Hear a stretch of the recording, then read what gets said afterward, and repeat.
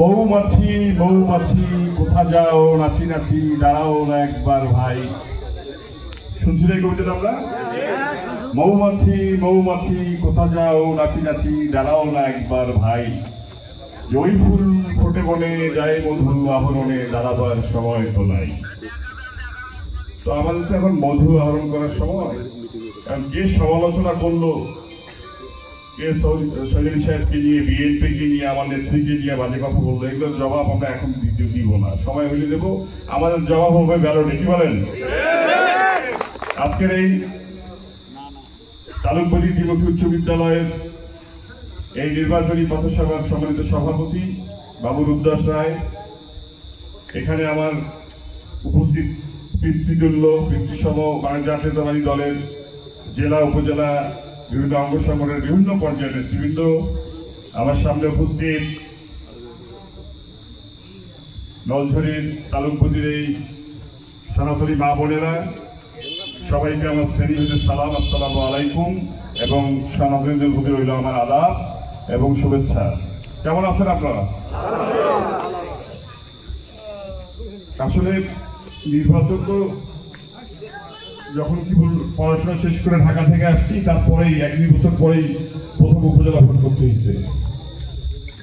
তো ছোটবেলায় যে আমার চাচার সাথে পাখি ডেকে শিকার করতে আসতাম, তখন হয়তো 2-1 বার আসছি, কিন্তু মানে কোন জায়গাটা খাওয়ার কাছারি, কোন জায়গাটা নলঝরি, কোনটা টেক্কার মোড়, এগুলো ভোটের কারণে সবগুলো আসলে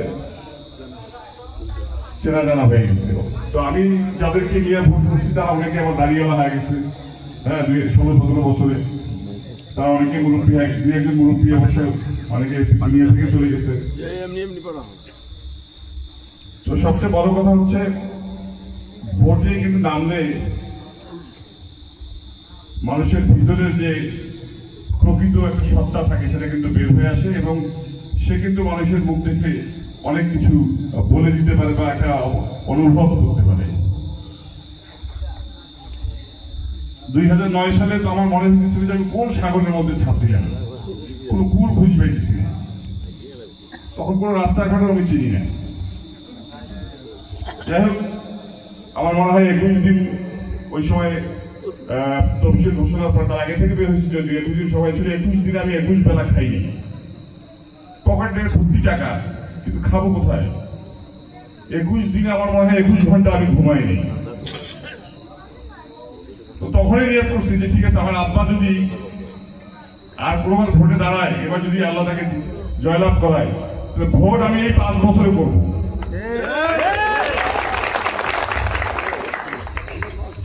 2014 সালে এরকম যে, যেমন আমি একটা ইউনিয়নের নাম বললাম, ভোট আসছে, তো সব জায়গায় তখন আমাদের বালকা চিংড়ি মাছ ফার্স্ট, একটা জায়গায় খালি মরণ সাইকেল করে, এবং তোদের এখানে নামবই না। আমি ওই ইউনিয়নে নামই নাই। আসলে ওই ইউনিয়নে আমরা সব ইউনিয়ন ফার্স্ট হয়েছি, ওই ইউনিয়নে আমরা 114 ভোটে সেকেন্ড হয়েছি। ওই ইউনিয়নটা আসলে মানে আমরা 114 ভোটে হেরে গেছি, বাকি সবগুলোতে আমরা ফার্স্ট।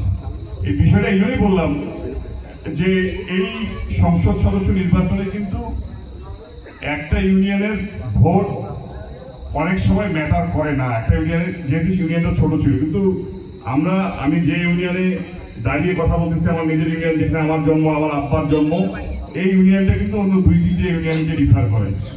41,000 ভোটার এখানে, বুঝছেন না?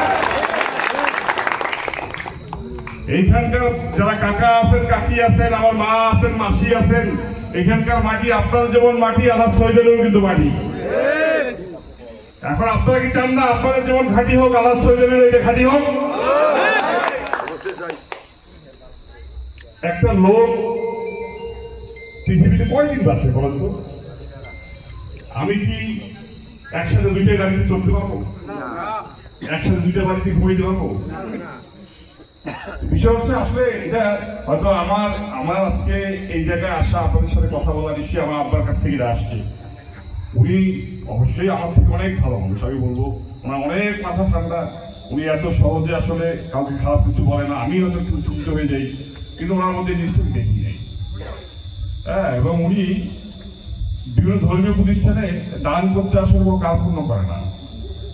এমন না যে ওনার সবসময় মানুষের টাকা থাকে। আমি ওনাকে বাকি নিয়ে মসজিদে বা মাদ্রাসায় দান করতে দেখছি, হ্যাঁ, বাকিতে তার অনেক কিছু অনেক দেখছি। আস্তে আস্তে আমরা যখন ডেলিভারি হয় তখন টাকা শোধ করি।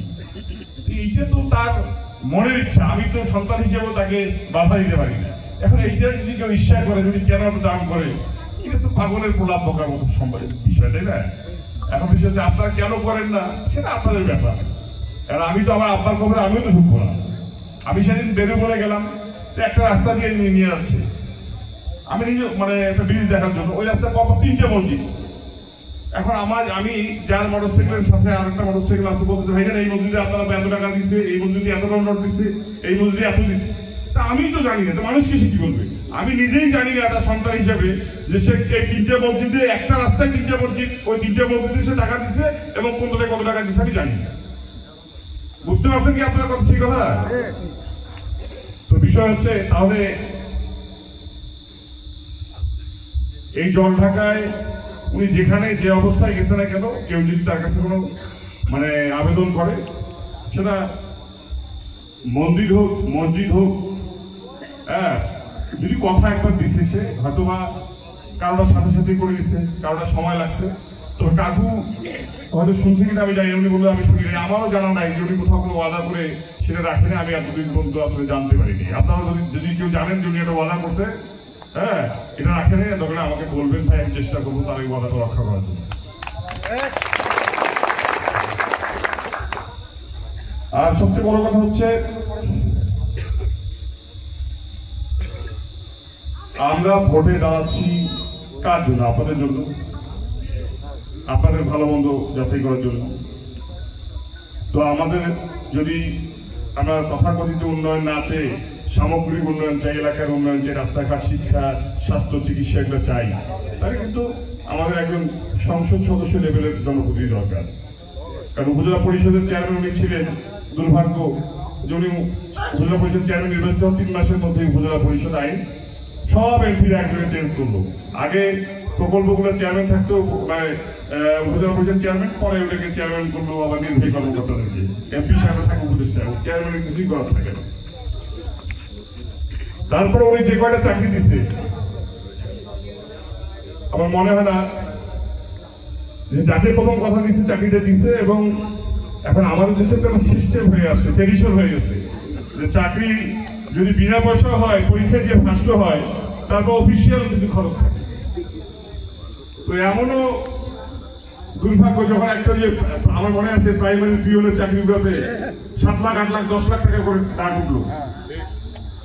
তো উনি যে 7 জনকে চাকরি দিচ্ছে, এখন 7 জনের অফিস খরচ বলে এক একজনের 30,000 টাকা হয়ে যায়।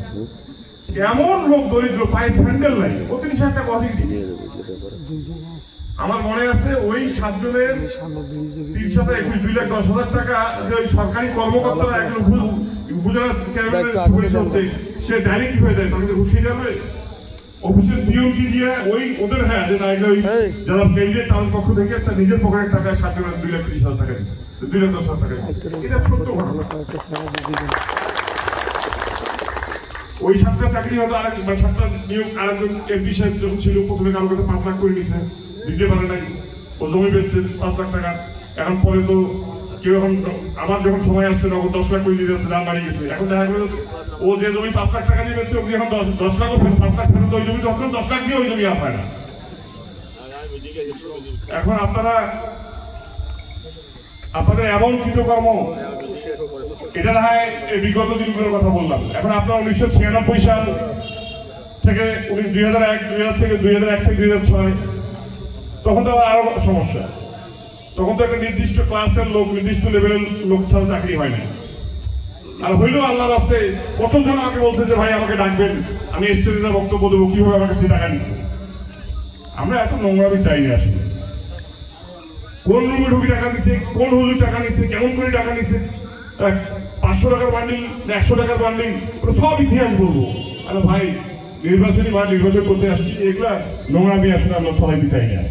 কিন্তু ওই যে কাকু বলো না, কদিন থেকে তাদের বক্তব্যের স্টাইল এবং তারা আল্লাহ সৈয়দ সাহেবকে যেভাবে সমালোচনা করতেছে, হ্যাঁ, 2-1টা কথার জবাব না দিলে তো হয় না, তাই না?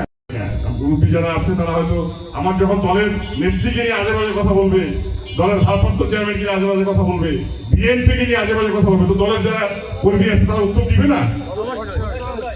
আমার আব্বাকে আপনারা গালিগালাজ করেন, আমি না উত্তর না দিলাম, আমি দিতেও চাই না। আমার আব্বাকে নিয়ে আজে বাজে কথা বলেন, আমি দিলাম না উত্তর। কিন্তু আপনি বিএনপির ভারপ্রাপ্ত চেয়ারম্যান নিয়ে কথা বলবেন, দেশনেত্রী বেগম খালেদা জিয়া যারা আচরণ নিচে রাজনীতি করছেন তাকে নিয়ে আপনি খারাপ কথা বলবেন, আর দলের কর্মীদেরকে আঙুল চুষবে নাকি? বিএনপি এত সস্তা দল না। বাংলাদেশি বাঙালি জাতীয়তাবাদ হচ্ছে বিএনপি। এখানে সকল ধর্ম বর্ণ নির্বিশেষে সকল প্রকার মানুষ, এখানে হিন্দু মুসলিম বৌদ্ধ খ্রিস্টান সবাই বিএনপি করবে।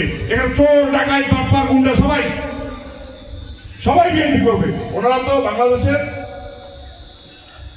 এখনো বলি, যদি আপনারা স্বশিক্ষিত বলেন, স্বাক্ষর জ্ঞান বলে 80%, 20% লোককে তো ওরা এমনি বাদ দিচ্ছে। ওরা তো অশিক্ষিত লোকের দল না ওইটা। মানে আপনি 20% লোককে আগেই বাদ দিয়ে দিচ্ছেন। বাংলাদেশে চোর ডাকাত বাটপার ছিনতাইকারী এইসব পেশা 5% আছে না? বাংলাদেশের অন্য সনাতনী কি 30% আপনার 10% আছে না?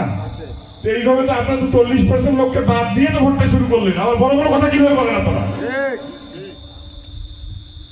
শহীদ হিসাব পরীক্ষা দিয়েছে 100-র মধ্যে, আর আপনারা দিয়েছেন 60-এর মধ্যে। তো নাম্বার তো 40 পায়ে বসে আছে আগে।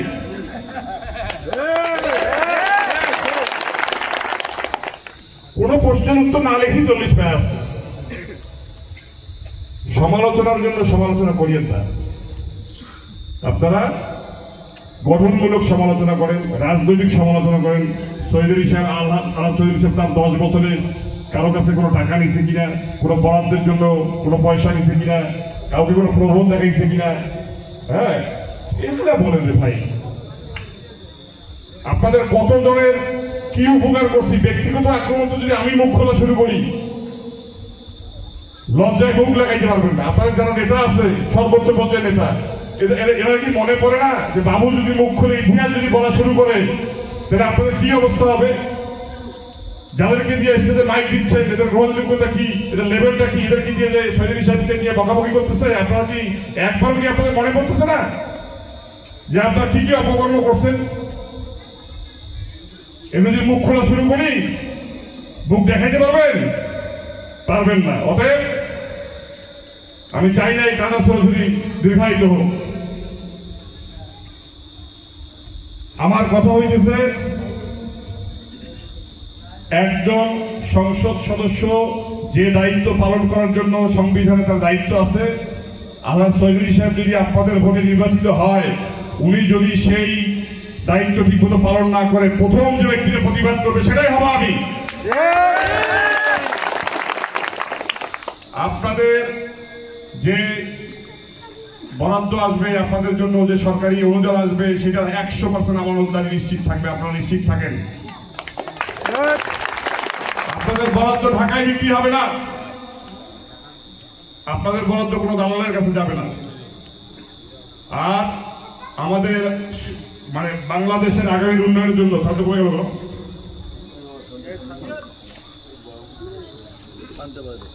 বাংলাদেশের আগামী উন্নয়নের জন্য, বাংলাদেশের গণতন্ত্র পুনঃপ্রতিষ্ঠা করার জন্য আমাদের মা বোনরা, সনাতনী মা বোনরা আছেন, আপনাদের ভূমিকা কিন্তু অনেক। আপনারা অর্ধেক জাতীয়তাবাদী দল নিজ দলের মধ্যে দেশের উন্নয়ন প্রকল্পে, হ্যাঁ দেশের রাজনৈতিক ক্ষেত্রে সব জায়গায় আপনাদের পার্টিসিপেশন বাড়াবে এই কথা দিচ্ছে। এবং আপনাদের জন্য ফ্যামিলি কার্ড হবে, আপনাদের জন্য স্বাস্থ্য কার্ড হবে। এগুলোরও আমাদের দলের ভারপ্রাপ্ত চেয়ারম্যান লন্ডন থেকে সবাইকে সেমিনার করে বলতেছে, এগুলো নিয়েও তারা ব্যঙ্গ করে। আরে গঠনমূলক আলোচনা, গঠনমূলক একটা কাজ, সেটা আপনারা নিজে বোঝেন। আমাদের সব কর্মীরা তো বা সব ইয়ারা তো ওইভাবে না বুঝে তাহলে দুই একটা কথা বলতে পারে। চেয়ারম্যান সাহেব কি বলছে আপনারা সেইটা শোনেন আগে, কর্মীর কথা শুনে আপনারা সমালোচনা করেন। তার সদিচ্ছা দেখেন, সে মা বোনদেরকে নিয়ে, আমাদের যুবকদেরকে নিয়ে, আমাদের কৃষকদেরকে নিয়ে, আমাদের মানে সমাজের সর্বস্তরের মানুষকে নিয়ে বিএনপির 31 দফার মধ্যে কি কি আছে এটা আপনারা গবেষণা করেন। গবেষণা করে ওখানে কোনো ভুল থাকলে আপনারা সেখানে পরামর্শ দেন দেশের মানুষের উন্নয়নের জন্য। সেইটা না করে ব্যঙ্গ করেন, সমালোচনা করেন, এটা তো কোনো মানে ধর্মভিত্তিক রাজনীতি যারা বলতে চায়, করতে চায়, এটা তো কোনো মানে ধর্মভিত্তিক রাজনীতির আদর্শ হতে পারে না এবং আসলে সত্যি সত্যি নাই। এখন আপনারা যদি নিজেদের রাজনীতির যে মূলনীতিগুলো সেগুলোই নিজেরাই ইমপ্লিমেন্ট না করেন, তাহলে অন্য রাজনৈতিক দলের কাছ থেকে আপনারা কি শ্রদ্ধা পাবেন? আমাদের তো পারস্পরিক শ্রদ্ধা বোধ আপনারা নিজেরাই রাখতেছেন না। ভোটের পরিবেশটাকে এত আগে নষ্ট করতেছেন, ভোট এখনো দেরি আছে ফেব্রুয়ারি মাসে, কিন্তু প্রতিদিন যেভাবে শুরু হয়েছে এটা জলঢাকার ভবিষ্যতের জন্য কিন্তু ভালো না। তো আমি আর দীর্ঘ বক্তব্য দিব না। এখানে আমি যদি এখন এখানে চৌধুরী সাহেবের জন্য ভোট চাই, তাহলে তো আমি নিজেই লজ্জা পাবো। এখানে যে আপনারা আগামী 26 নির্বাচনে কৈবাড়ি ইউনিয়নবাসীর মুখের কথা চিন্তা করে, ইজ্জতের কথা চিন্তা করে আপনারা সবাই এক একজন চৌধুরী হবেন কিনা বলেন? আপনাদের গোটা জলঢাকা উপজেলায় সনাতনী ভাই বোন যারা আছেন, যাদের যে ইউনিয়নের আত্মীয় স্বজন আছে, আপনারা তাদের কাছে ধানের শীষের পক্ষে ভোট যাবেন। আমাদের মা বোনদেরকে আপনারা প্রত্যেককে সেন্টারে নিয়ে যাবেন। আমাদের কিন্তু গণতন্ত্র রক্ষা আমাদের ভারপ্রাপ্ত চেয়ারম্যান আরেকটি কথা বলছে যে সকল সনাতনী ভাই বোনদেরকে নির্দ্বিধায় নির্বিঘ্নে কেন্দ্রে নিয়ে যেতে হবে, তাদের নিরাপত্তা দিতে হবে। আমরা তাদেরকে বাধ্য করতে পারবো না যে আপনারা ধানের শীষে ভোট দেন। কিন্তু আমি যেহেতু আপনাদের এলাকার সন্তান, আমার আব্বা আপনাদের এলাকার সন্তান, আমি তার পক্ষে আপনাদের কাছে ধানের শীষে ভোট চাচ্ছি। আপনারা আমাকে 2 হাত উঁচু করে দেখাবেন কারা কারা তাকে ধানের শীষে ভোট দিবেন বলেন। সবাই দেব, সবাই দেব। এই এরকম একটি কর্মব্যস্ত দিনে, হ্যাঁ, মা বোনরা থেকে শুরু করে আপনারা সবাই যে এখানে নিজেদের কাজকর্ম ফেলে আমার মতো একটা মানে কি বলবো নগণ্য ব্যক্তি তাকে এখানে আপনারা আসছেন। যদিও এটা সম্ভব হয়েছে যেহেতু আমার আব্বার নাম আমার সৈয়দ আলী এবং তিনি যে দলের প্রতিনিধিত্ব করেন দলটার নাম বাংলা জাতীয় দল বিএনপি এবং মার্কাটা ধানের শীষ, এই কারণে আমাদের সম্ভব হয়েছে। তারপরে আমি আপনাদের প্রত্যেককে আমার অন্তঃস্থ থেকে ধন্যবাদ জানাচ্ছি, যারা এখানে কষ্ট করে দলের বিভিন্ন স্তরের নেতৃবৃন্দ আসছে তাদের প্রত্যেককে আমি ধন্যবাদ জানাই যে দলের প্রয়োজনে, দলের এই দুদিনে, দলের এই চ্যালেঞ্জ মোকাবেলা করতে আল্লাহ শহীদ হিসেবের পক্ষে যে আপনারা এখানে এসে একাত্মতা ঘোষণা করেছেন এবং সবার কাছে ধানের শীষের পক্ষে ভোট বিক্রি চাচ্ছেন, সেই জন্য আপনাদেরকে আমি অন্তঃস্থ থেকে ধন্যবাদ জানাচ্ছি।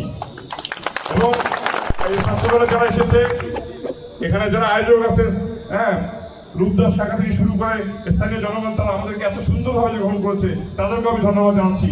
পরিশেষে আমার আব্বার জন্য আপনারা সবাই দোয়া করবেন, আপনাদের জন্য মঙ্গল কামনা করে আমি আমার বক্তব্য এখানে শেষ করছি। শুভরাত্রি।